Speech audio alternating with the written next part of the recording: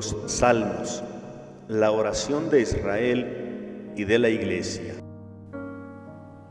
Que la palabra de Cristo habite en ustedes con toda su riqueza, para que con toda sabiduría se enseñen y aconsejen unos a otros, y con un corazón agradecido canten a Dios salmos, himnos y cánticos inspirados.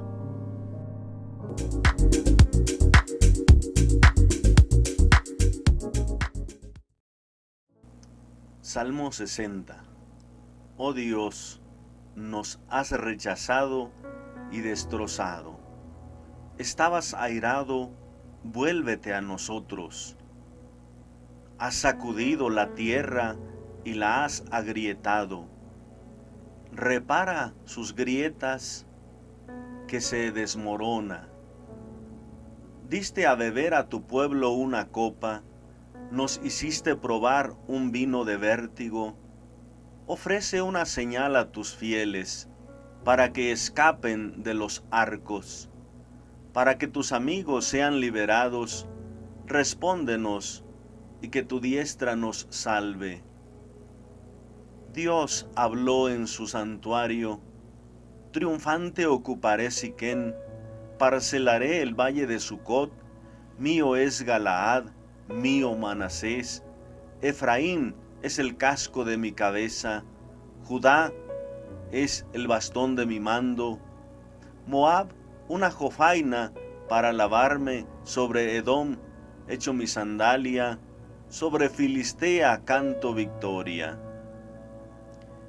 ¿Quién me conducirá a la plaza fuerte? ¿Quién me conducirá a Edom? Si tú, oh Dios, nos has rechazado y no sales ya con nuestras tropas. Ayúdanos contra el enemigo, que la ayuda del hombre es vana. Con Dios haremos proezas, aplastará Él a nuestros enemigos. Gloria al Padre, y al Hijo, y al Espíritu Santo, como era en el principio, ahora y siempre, por los siglos de los siglos. Amén. Composición del Salmo 60. Tiene los elementos de un salmo de súplica, pero es una súplica confiada. Simplemente que en el aspecto de narrar los sufrimientos como causados por parte de los enemigos, de alguna manera se presentan en este salmo casi como en forma de queja, como diciendo a Dios mismo que Él es el responsable, que Él o lo ha causado o lo ha permitido. Entonces, esta descripción de sufrimientos que en los salmos de súplica normalmente se expresa por las actividades o acciones de los enemigos contra el orante, aquí de alguna manera como que es una especie de reclamo a Dios, porque Dios es el que los tiene de esa manera, o al orante lo tiene de esa manera. Pero tiene todos los elementos de la súplica, esa descripción del sufrimiento, las peticiones de auxilio, que Dios intervenga, y también la promesa de acción de gracia, la promesa de, pues, el orante reconocer esa gracia del Señor. ¿Cómo podemos estructurar este salmo? Los versos del 3 al 7 presentan una primer queja. ¿Por qué Dios permite la prueba? Y se presenta ahí al mismo tiempo una súplica. Los versos 8 al 10 se presenta a Dios como el Señor de los pueblos, el Señor que clama victoria, que toma posesión de todos los pueblos. Los versos 11 al 12 presentan una nueva queja. ¿Cómo vamos a triunfar si Dios no está con nosotros? Si Dios no sale con nosotros. Y luego los versos 13 al 14, una nueva súplica de intervención de Dios y la promesa de dar gracias, la promesa de reconocer a Dios. Comentario al Salmo. Versos 3 al 7, esa primera queja, la prueba que está soportando el orante o el pueblo y la súplica. ¿Es Dios el causante de esas desgracias? Lo que el salmista de alguna manera pretende afirmar es que nadie está por encima de Dios. Que si algo sucede, o bien Dios lo quiere o bien Dios lo permite. Por ejemplo, en Deuteronomio 32, 27 se dice: pero no que temo la jactancia del enemigo y la mala interpretación del adversario, que dirían: nuestra mano ha vencido, no es el Señor quien lo ha hecho. Cuando hablan los poderosos, que creen que todo lo que han logrado es por ellos mismos, sin reconocer que hay una autoridad máxima, entonces como que el orante dice: si estamos padeciendo esto, no puede ser porque los enemigos sean absolutamente poderosos, porque por encima de ellos está Dios.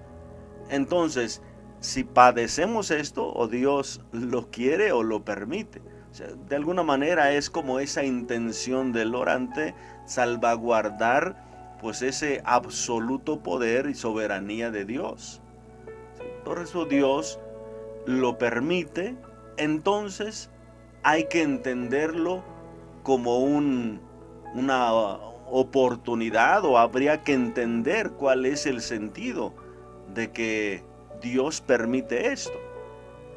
Ya esto sería de la interpretación, pues otro asunto. Pero también el orante pues sabe que si Dios lo permite, Dios mismo poderoso, Él tiene el remedio. Él puede actuar, Él puede solucionarlo. Por ejemplo, en Deuteronomio 32, 29, yo desgarro y yo curo. Isaías 19, 22, el Señor herirá y Él curará. Oseas 6:1, Él nos despedazó, Él nos sanará, nos hirió y nos vendará la herida.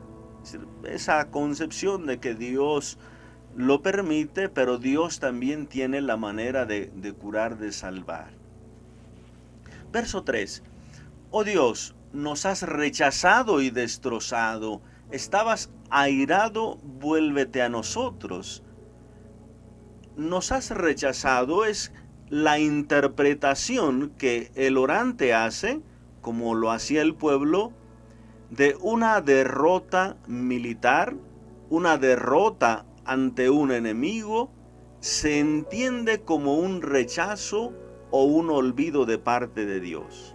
Porque si Dios lo puede todo, si Dios está por encima de todo poder, entonces de alguna manera Dios lo permitió. Entonces como que el orante se siente rechazado. Si tengo un problema, si me vence el enemigo, Dios me olvidó o Dios me rechazó. Por eso esa afirmación del orante: nos has rechazado, nos has destrozado. Quizá la razón haya sido que Dios se enojó, dice el orante. Estabas airado, estabas enojado. Pero luego dice: vuélvete a nosotros. Es decir, míranos, sé favorable de nuevo con nosotros. Como que cada queja es como un desahogo, pero a lo mejor como para que no se suene tan difícil, tan violenta, no sé, para con Dios, o tan descarada para con Dios, pues siempre termina con una petición, con una súplica. Yo me siento así rechazado, pero tú vuélvete a nosotros. Ese restauranos, ese vuélvete, puede tener el sentido de hacerlos volver a la patria, es una palabra que se utilizó mucho para el regreso del pueblo hacia Jerusalén, pero también para una reconstrucción. Cuando la ciudad era derrotada, cuando sufrían alguna pérdida, las murallas, la ciudad, lo que fuera, pedían la intervención de Dios para restaurar, para salvar. Entonces, que Dios restaure, que Dios vuelva, es decir, que se fije en ellos, que actúe, que los salve, y en este caso al orante. Verso 4. Has sacudido la tierra y la has agrietado, repara sus grietas que se desmorona. El temblor, muchas veces el temblor es causado por la presencia divina, por su grandeza. Se estremece la tierra ante su presencia. Salmo 18:8, Salmo 68:9, Salmo 77:19. Pero en este caso, este temblor de la tierra no parece ser tanto como una manifestación divina o de grandeza de Dios, sino más bien de dolor. La tierra que se agrieta por falta de agua, la tierra que tiembla por miedo, la tierra que puede temblar por la inquietud, por la preocupación, por la angustia. Entonces, nos has hecho temblar, dice el orante, has sacudido la tierra, la has agrietado, es decir, corre el riesgo de deshacerse, como una vasija que se empieza a agrietar, como una pared que empieza a romperse, empieza a agrietarse, entonces está en peligro de deshacerse. Entonces es lo que dice aquí el orante. Sentimos miedo de que nuestro pueblo caiga, de que nuestro pueblo se haga pedazos. Tú lo has permitido. Entonces pide el orante la intervención, porque él se siente así y dice, repara sus grietas. Reparar, pues también se refiere a curar las heridas. Reparar se refiere a reconstruir una casa, reconstruir una pared. Reparar también se refiere a veces en la Biblia a restaurar la paz social, a volver a la tranquilidad. Pero también reparar a veces se refiere en los salmos a consolar el espíritu. Entonces, ese sentimiento de dolor, de miedo, de angustia, de preocupación por morir, por perecer, porque se acabe lo nuestro, la vida, nuestro pueblo, nuestros proyectos. Entonces, actúa, Señor, ven a reparar, ven a sanar nuestras heridas, ven a consolar nuestro espíritu desalentado. Entonces, vuelve otra vez la queja, nos has agrietado, pero ven a reparar, ven a sanar. El verso 5, diste a beber a tu pueblo una copa, nos hiciste probar un vino de vértigo. La copa, el contenido de la copa muchas veces se refiere al sufrimiento. Cuando Jesús, por ejemplo, decía en la oración del Getsemaní, Padre, si es posible, aparta de mí este cáliz. O sea, la copa eran las suertes, ahí se echaban las suertes anteriormente. Entonces muchas veces la suerte tendría que ver con algo difícil. Entonces la copa fue adquiriendo un sentido también de sufrimiento. Cuando Santiago y Juan se acercan a pedirle a Jesús que uno se siente a la derecha, otro a la izquierda, él les dice, ¿pueden beber de la copa que yo voy a beber? Y él le dice, sí podemos. Entonces habla del sufrimiento. Entonces aquí nos diste a beber a tu pueblo una copa y un vino de vértigo. Es el sufrimiento, es el dolor. Isaías 51:17 dice, que bebiste de la mano del Señor la copa de su ira y apuraste hasta el fondo el cuenco del vértigo. Es decir, el contenido que causa el vértigo es que causa mareo, que causa confusión, que causa espanto. Lo mismo que está experimentando el orante. Entonces el sufrimiento me hace tambalear, me hace como que sentir que me voy a caer. El vértigo normalmente se siente en las alturas o algo así. Entonces como que se va a caer, un mareo. El orante se siente así ante el sufrimiento, casi para desfallecer. Isaías 51:22. Mira, yo quito de tu mano la copa de vértigo, no volverás a beber del cuenco de mi ira. Es decir, ese dolor que se experimentaba era por un castigo que estaba sufriendo el pueblo, pero dice Dios, ya te quito esta copa, te quito este dolor. Entonces, cuando el orante dice, nos diste a beber de ese sufrimiento, de esa copa, es pues esa situación difícil. Hizo sufrir al pueblo, dice, se tratará aquí de una queja. Si dejas sin castigo a los malvados, si permites que suframos tanto, si no nos salvas, ¿de verdad somos tu pueblo? La queja que hace el orante. Diste a beber esa copa a tu pueblo. Se entendiera, podría pensar en el pensamiento del salmista, se entendiera que dijera, bueno, pues que eso lo experimente un pecador, que eso lo experimente un extraño, que eso lo experimente alguien que se aleja de Dios. Pero dice a tu pueblo, ¿ya? Como que reclamarle más todavía. Somos tus hijos, somos tu pueblo, ¿por qué nos tratas así? Entonces, como que suena a una queja mucho más fuerte. Hiciste sufrir a tu pueblo, le diste una copa a tu pueblo. Entonces como que el orante se siente defraudado de alguna manera, y como que esto quiere pues que Dios, o quizá moverlo a compasión, o recordarle, recuerda que somos tu pueblo. Verso 6. Ofrece una señal a tus fieles para que escapen de los arcos. Igualmente, después de una queja, viene siempre una súplica para que Dios intervenga, que Dios actúe.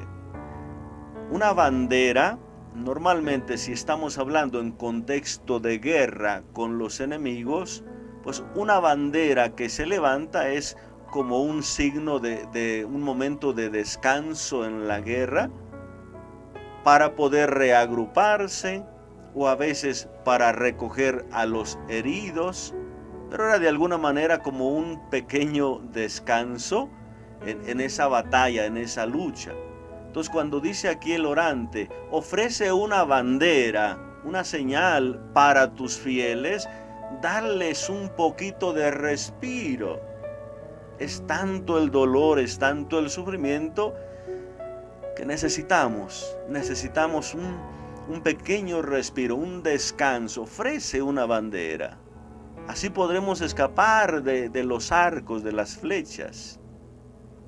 Ser Dios castiga, probablemente el orante se siente así y le dice, dame un respiro, por lo menos para que pueda soportar la prueba, que no sea tan continuo el dolor.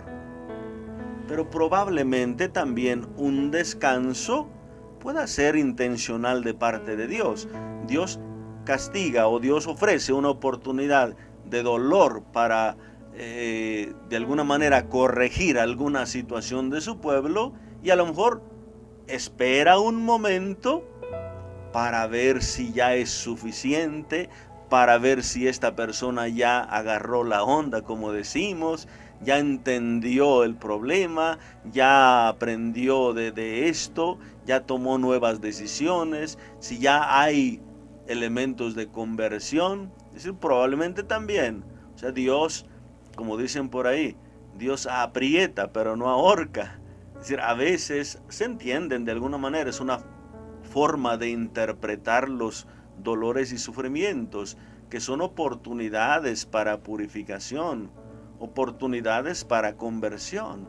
Entonces probablemente pues también así se entiende que en el dolor pues va poco a poco y descansa, espera un momento para ver cómo va la situación.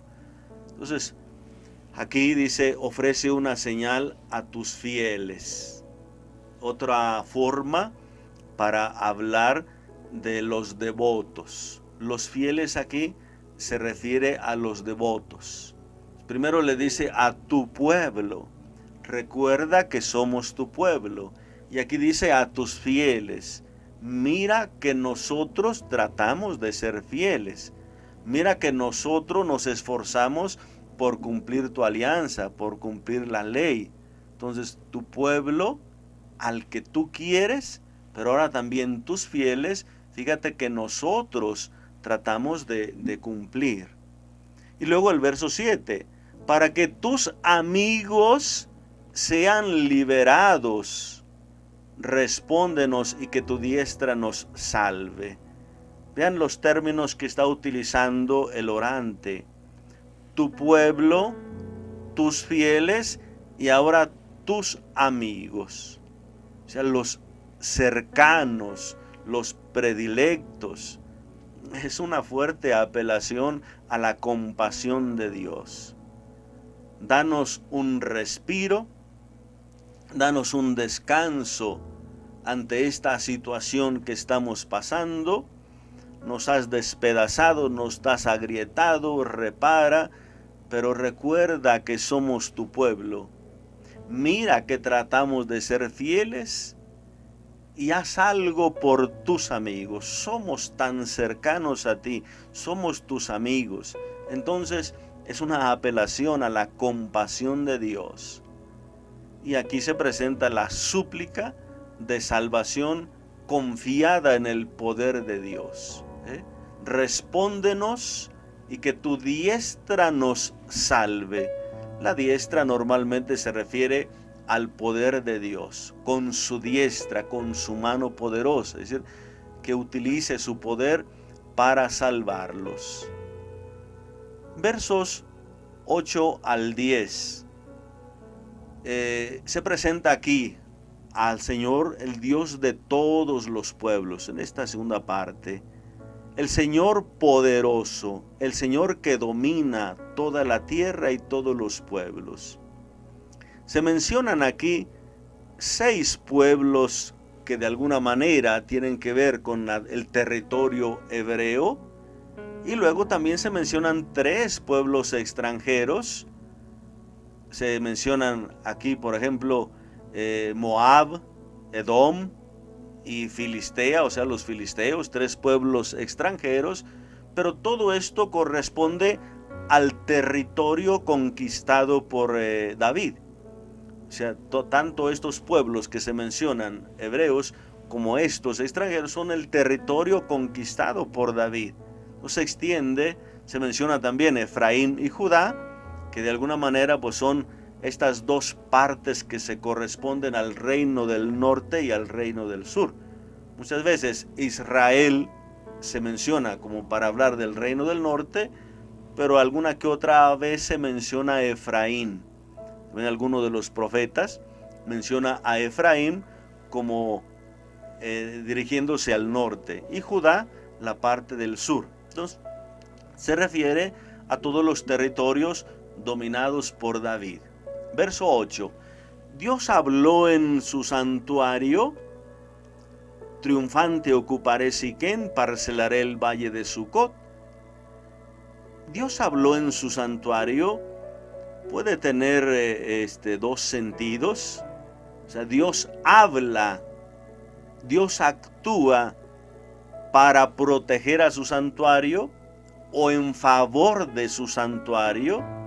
O sea, Dios va a actuar, pero para restablecer su dignidad, como le había dicho en algún momento a Ezequiel, yo los voy a salvar, no porque sean buenos, no porque se hayan convertido, no porque sean un pueblo justo. Voy a salvarlos porque han profanado mi nombre ante las naciones, han pisoteado mi fama, mi grandeza. Entonces ya muchos han despreciado a Dios porque dicen que Dios tiene ese pueblo que los deja. Ustedes me han hecho quedar mal ante los pueblos, por eso yo voy a actuar para sanar, salvar mi fama, mi nombre, por mi santidad. Entonces, puede tener este sentido. Dios habló en su santuario, en su santidad, en su grandeza. Dios va a actuar y va a hablar para salvaguardar su poder, su grandeza.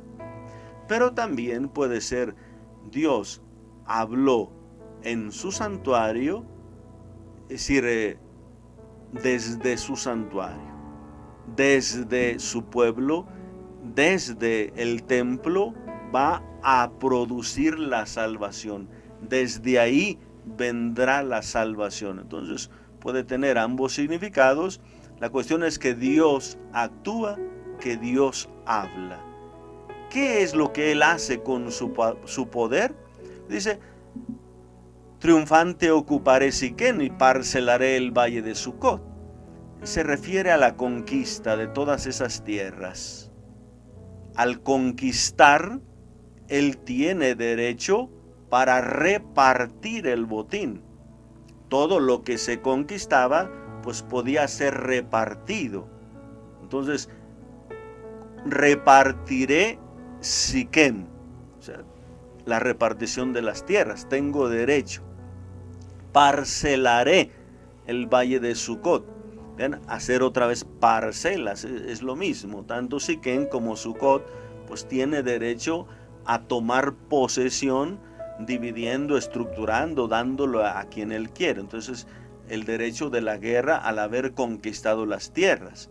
Verso 9, mío es Galaad, mío Manasés. Efraín es el casco de mi cabeza y Judá es mi cetro, mi bastón de mando.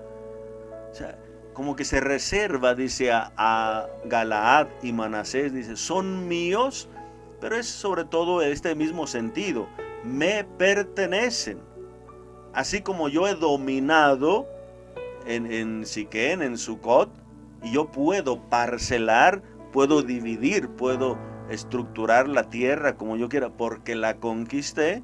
También Galaad, también Manasés me pertenecen, son míos.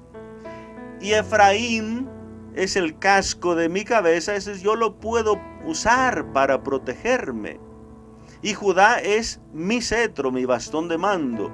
O sea, yo utilizo también de forma instrumental a estos pueblos. Son mis instrumentos. Todo lo que hace un pueblo lo hace otro. De alguna manera, Dios dice, lo están haciendo bajo mi poder, bajo mi mandato, y yo los hago que ellos hagan mi voluntad o lo que yo quiero, lo que yo pretendo hacer. O sea, son mis instrumentos, mi bastón de mando. Por ejemplo, en muchas partes se habla de estos dos, Efraín y Judá, o Israel y Judá.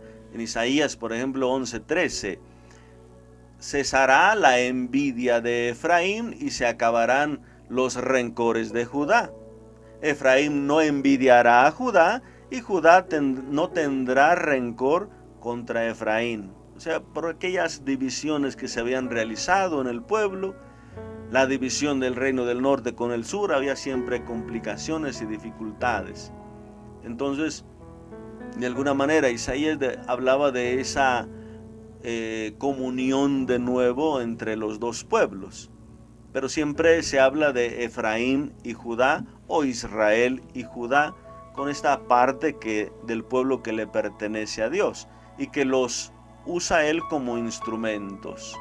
Verso 10, Moab una vasija para lavarme, sobre Edom lanzo mi sandalia, sobre Filistea canto victoria, o sea, se da mi grito de victoria. Estos tres pueblos que no son propiamente judíos o hebreos, Moab, Edom, Filistea, o sea, son pueblos paganos, pero sobre los cuales también toma posesión y le pueden también ofrecer algunos servicios al Señor. Si bien Efraín o el norte y Judá le prestan los servicios más importantes a Dios, uno es el casco, o sea, para la protección de Dios.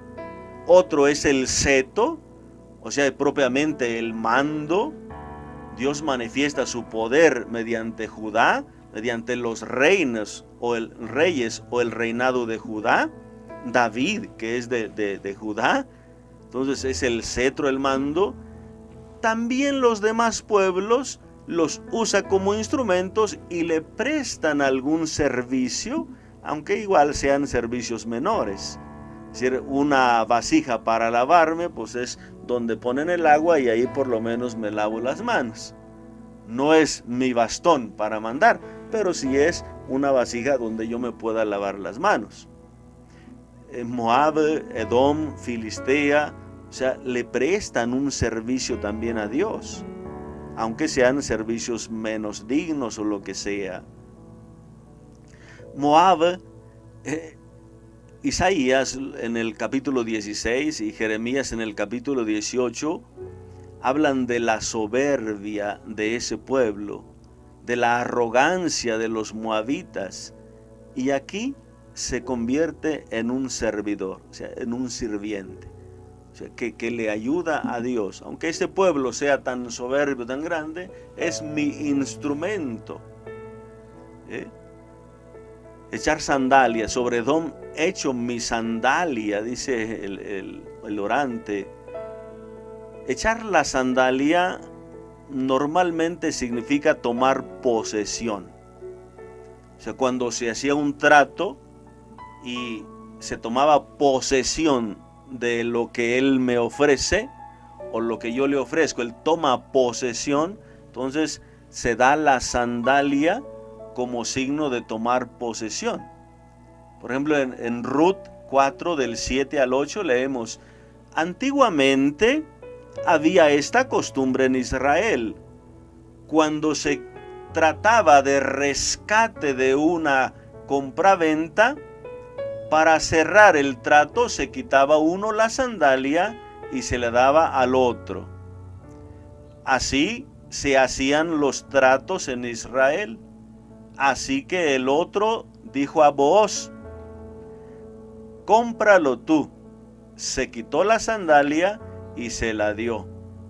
Es decir, cuando Ruth pues empezó a acercarse a Booz, y Booz quiso tomarla por esposa, pero se dio cuenta que había un pariente más cercano y le dice a ese pariente pues que él podía tomar posesión de Ruth y de lo que pudiera tener la familia, y le dice no, yo renuncio, yo no quiero, así que toma posesión tú. Y entonces pues aquí está esa entrega de la sandalia para tomar posesión de Ruth y de su familia, hacerse cargo de ella. Entonces se trata aquí sobre Edom. Dice: echo mi sandalia, o sea, yo tomo posesión de Edom. Moab me sirve como vasija. Edom, si bien es literal, sobre Edom echo mi sandalia, pues también una vasija para guardar mi sandalia, pero puede tener también sentido de posesión. Son tierras que yo domino, entonces yo tomo posesión también de Edom. Sobre Filistea canto victoria, o sea, mi grito de victoria. Los filisteos pues siempre eran un pueblo constantemente de opresión, un pueblo donde gritan constantemente la victoria, y entonces sobre este pueblo también poderoso, victorioso, yo soy el que canto victoria. Es decir, todos estos pueblos que se van mencionando hablan de cómo Dios con su poder tomó posesión, cómo Dios con su poder está por encima de todo y todos los pueblos le son instrumentos. Si bien Israel o Efraín y Judá son instrumentos privilegiados, casco y cetro, todos los demás pueblos también le prestan un servicio a Dios. Entonces aquí ya va de alguna manera conduciendo la reflexión. Si ustedes, como pueblo de Israel, han padecido en manos de otros pueblos, hay que buscar la razón. ¿Son instrumentos de Dios?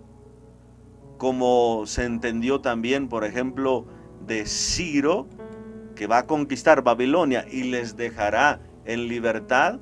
Ciro, un instrumento de Dios. Y luego profetas posteriores, que ya son más bien sabios, harán reflexiones de todas las naciones que oprimieron a Israel, que fueron como instrumentos en las manos de Dios para golpear de alguna manera a Israel o para hacerle entender que volviera a Dios o a la alianza. Tercera parte, los versos 11 y 12, una segunda queja.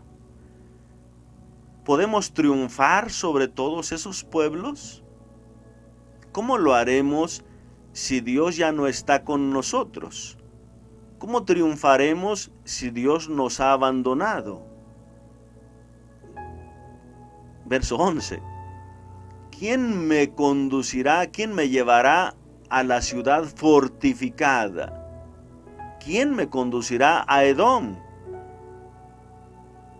Sobre Edom echo mi sandalia, o sea, tomo posesión sobre Edom. ¿Cómo lo hago si Dios no quiere ir conmigo? ¿Cómo voy a triunfar si Dios nos ha rechazado, si Dios nos ha abandonado? Verso 12, si tú, oh Dios, nos has rechazado y no sales ya con nuestras tropas. ¿Cómo se puede entender estas preguntas? ¿Quién me conducirá ya que tú no quieres? O sea, si Dios no me ayuda, ¿debo buscar a alguien más?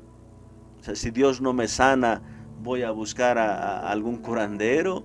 O si Dios no me hace el favor que yo le pido, ¿puedo buscar en otra parte o a consultar a quién más? O sea, podría entenderse. Si Dios no me ayuda, ¿cómo voy? ¿Busco a alguien más? O puede también ser una súplica en forma de deseo. Ojalá tú nos condujeras. Ojalá tú fueras con nosotros. El Salmo 44:10 dice, el Señor es quien pelea por ellos. Primera de Samuel 4 del 1 al 8 dice, habla de cuando sacaban el arca a las batallas. O sea, como Dios salía a través del arca acompañándolos en las batallas. Segunda de Samuel 5:24 dice, el Señor sale delante de ti a derrotar el ejército filisteo. Entonces ellos sabían por experiencia que cuando Dios estaba con ellos, entonces ellos podían vencer. Ellos salían victoriosos. Pero una derrota pues significaba que Dios los había rechazado, que Dios no salía con ellos. Entonces aquí esta pregunta, ¿cómo podremos salir de este apuro? ¿Cómo podremos vencer esta dificultad si Dios no está con nosotros, si Dios no nos ha abandonado? ¿Quién irá con nosotros? Puede ser casi como una invitación, un deseo. ¿Se acuerdan la forma de la pregunta que hace Dios ante Isaías? Como que Dios describe, mi pueblo está sufriendo, mi pueblo está padeciendo, yo quisiera ir allá a solucionar, a ayudarlos. Y luego dice Dios como que a ver si escucha a alguien. ¿Quién irá por nosotros? ¿Quién irá de parte nuestra? Isaías quizá como que se queda, bueno, pues no veo nadie más. Y dice Isaías, aquí estoy, mándame a mí. Puede ser este sentido de esa pregunta también, del orante. ¿Cómo nosotros podríamos echar esas sandalias sobre Edom? ¿Cómo podríamos cantar victoria sobre Filistea? Pero ojalá hubiera alguien que fuera por nosotros. Ojalá hubiera alguien que peleara por nosotros, como que volteando arriba. Habrá alguien allá arriba que pelee por nosotros. Es decir, es una queja, sí, pero expresa también el deseo, súplica en forma de deseo, que Dios actúe, que Dios salve. Y esta súplica se expresa ya en la última parte, en el verso 13. Ayúdanos contra el enemigo, que la ayuda del hombre es vana. Confiando en esta súplica que se expresa en forma de deseo, ¿sí? Y ya ahora le dice el salmista, ayúdanos, danos una mano, o ayúdanos concediéndonos la victoria. La victoria humana es vana, dice ahí, o las conquistas humanas son poca cosa, podría tener ese doble sentido. La ayuda del hombre es vana, o bien las conquistas que se hacen humanamente valen muy poco, son poca cosa, o bien la ayuda que presta el hombre no alcanza, es muy poco, se necesita la intervención de Dios. Lo que se verá en el Nuevo Testamento, para Dios no hay nada imposible. Lo que tú consideras que no puedes, Dios lo puede. Entonces, la ayuda del hombre es muy poca cosa, no alcanza para la victoria, entonces pide la intervención de Dios. Con Dios haremos proezas, Él pisoteará a nuestros enemigos, o sea, solo el poder de Dios es efectivo. Proverbios 21:31, se apareja el caballo para la batalla, pero la victoria la concede el Señor. Así que este salmo, pues de alguna manera expresa los sufrimientos del orante, de alguna manera atribuidos a Dios, pero quizás sean también como una forma de súplica para decirle, Dios, tú nos puedes salvar. Si tú permites esto, tú puedes remediarlo. Tú que has ejercido tu poder al dominar a todos los pueblos y al repartir en herencia la tierra conquistada, toda esa tierra que le concediste a David, tú puedes actuar otra vez con nosotros y cantar victoria, hacernos cantar victoria, pero sal con nosotros, acompáñanos en la lucha. ¿Cómo podemos orar con este salmo? Pues hay que recordar un poquito en las situaciones difíciles que hemos pasado. También nosotros nos hemos quejado con Dios. También nosotros tenemos una lista de todo que le podemos reprochar a Dios. ¿Qué dice el salmista? Nos has abandonado, nos has agrietado, nos has despedazado, nos has quitado el respiro. Nosotros tenemos una lista de quejas para con Dios. Señor, me has abandonado. Señor, me falta comida. Señor, tengo estos problemas. Señor, mira que mi esposo. Señor, mira mis hijos. Señor, mira que mi señora. Señor, mira que la iglesia. Señor, mira que el gobierno. Señor, mira que los maleantes. Señor, mira que o sea, tenemos una queja constante, una lista para presentarle a Dios.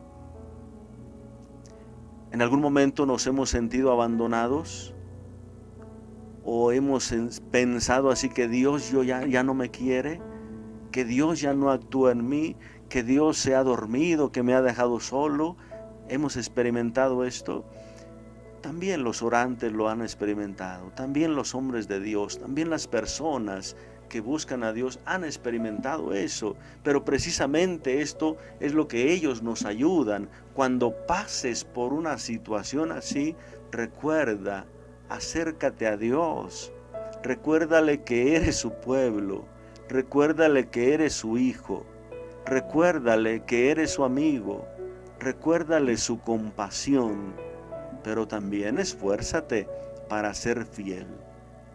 Pídele ayuda, pero una ayuda confiada. Muchas gracias, hermanos, por acompañarnos. Que Dios les bendiga abundantemente en el nombre del Padre, y del Hijo, y del Espíritu Santo. Amén. Si te gustó este video, dale like, suscríbete y activa la campana.